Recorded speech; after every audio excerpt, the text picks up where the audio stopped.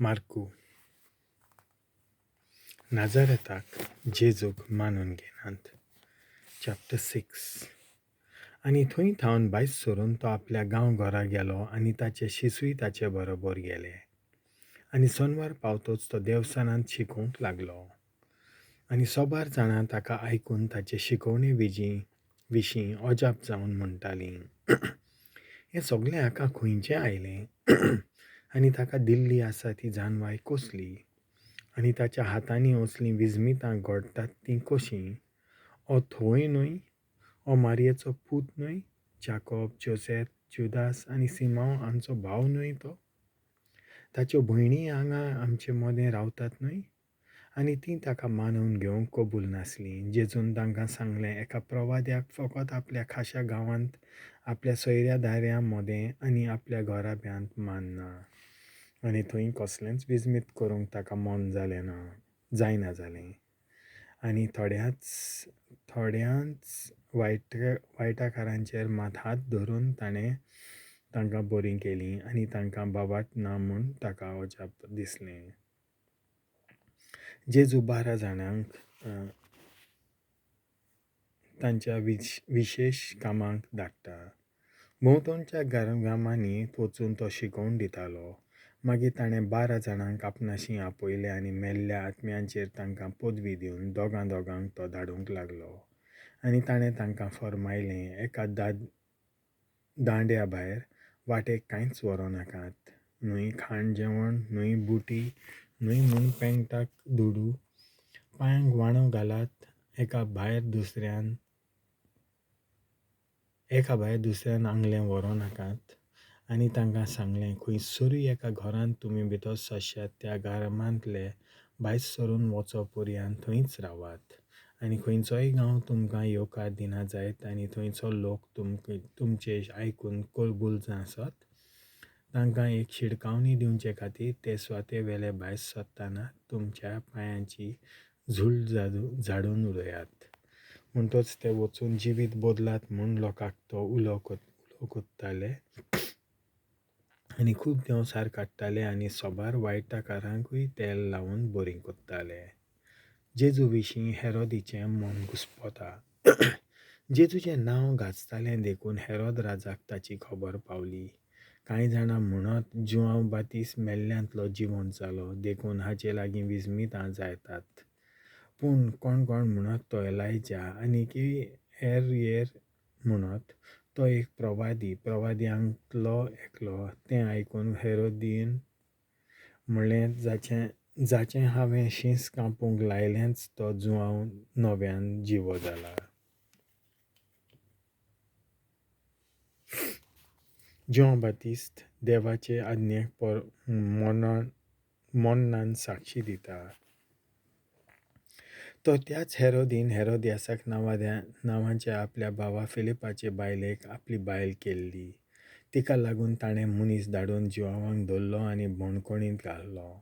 कारण जुआंव हेरोदीक म्हणटालो, तुज्या भावाचे बायलेक तुज्यान तिची बायल करून दवरूंक नजो. पूण हेरोदियासाच्या काळजांत ताचो राग शिजतालो आनी ती ताका जिवेशीं मारूंक सोदताली.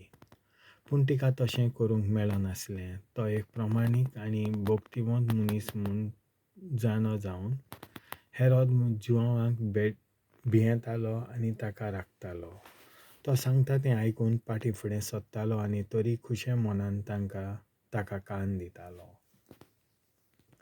अशें आसता बरी एक संदी सांपडली. हेरोदीन आपल्या वाडदिसा आपल्या अधिकाऱ्यांक, आपल्या सुबेदारांक आनी गालिलियाच्या व्हड मनशांक एक व्हडलें रातचें जेवण केलें. आनी तेच हेरोदियासाची धूव भितर सरून नाचली आनी हेरोदियाक आनी ताचे सांगाती जियेतल्यांक मानली ना. तेन्ना ताणें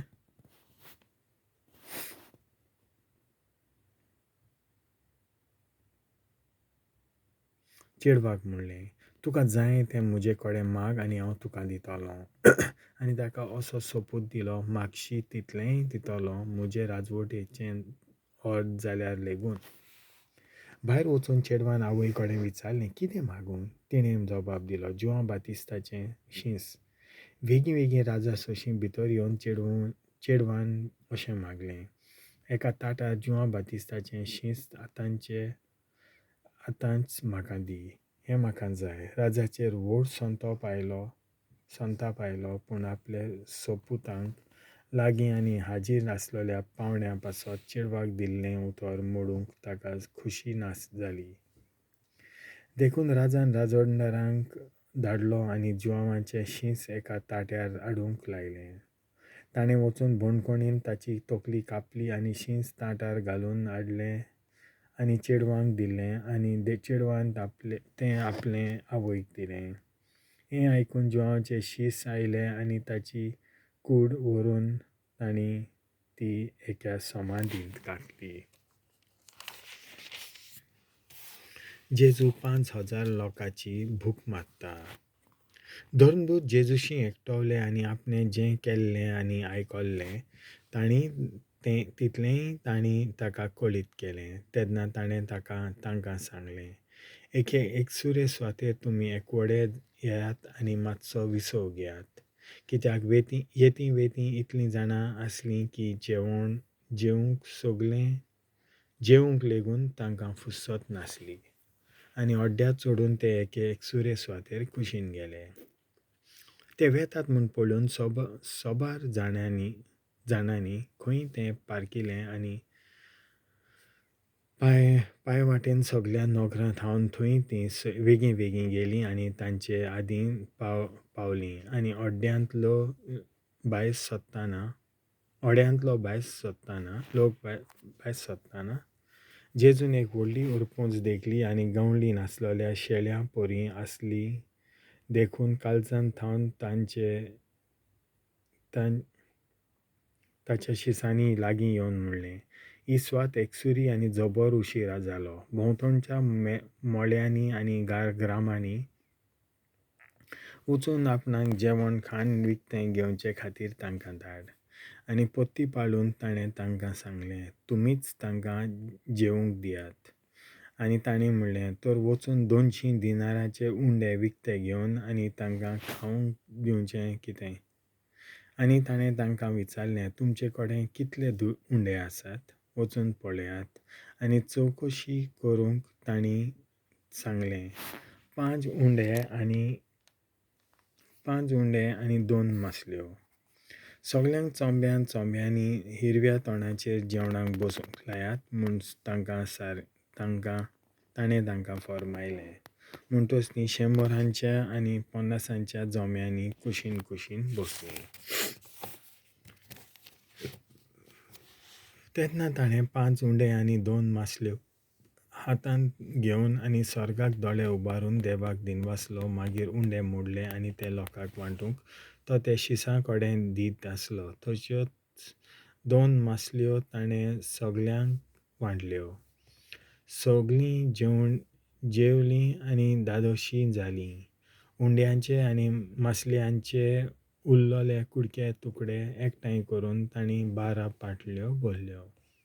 उंडे केल्ले ते सदांच 5,000 आसले.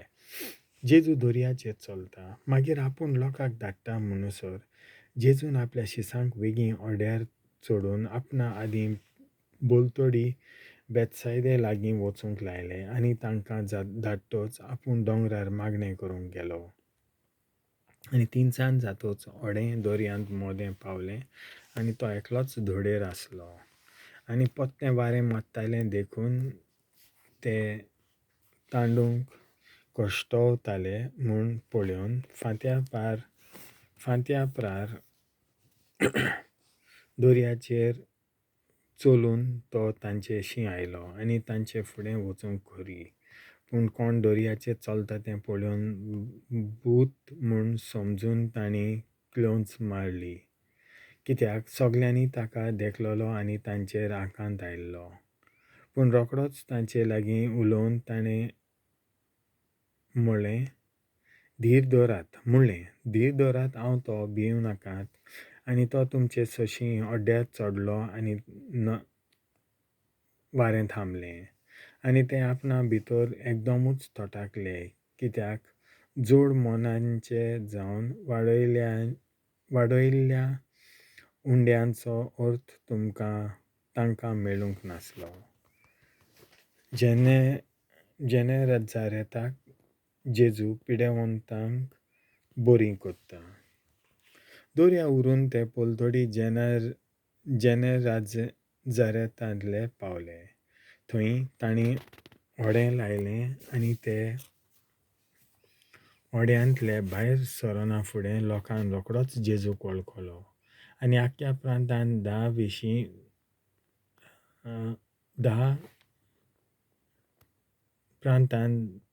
धांवी वचून तो खंय आसा ती खबर आयकून थंय वायटाकारांक अंथरुणार घालून हाडूंक लागली. आनी तो वेता थंयसर जावं ग्रामांनी जावं नोंगरांनी जावं मोळ्यांनी वायटकारांक मैदानार दवरताली आनी ताच्या वस्त्राचे देगेक कोण हात लावंक दी म्हूण तीं ताचे लागीं मागतालीं आनी ताका हात लायतालीं तितलीं बरीं जातालीं. उतर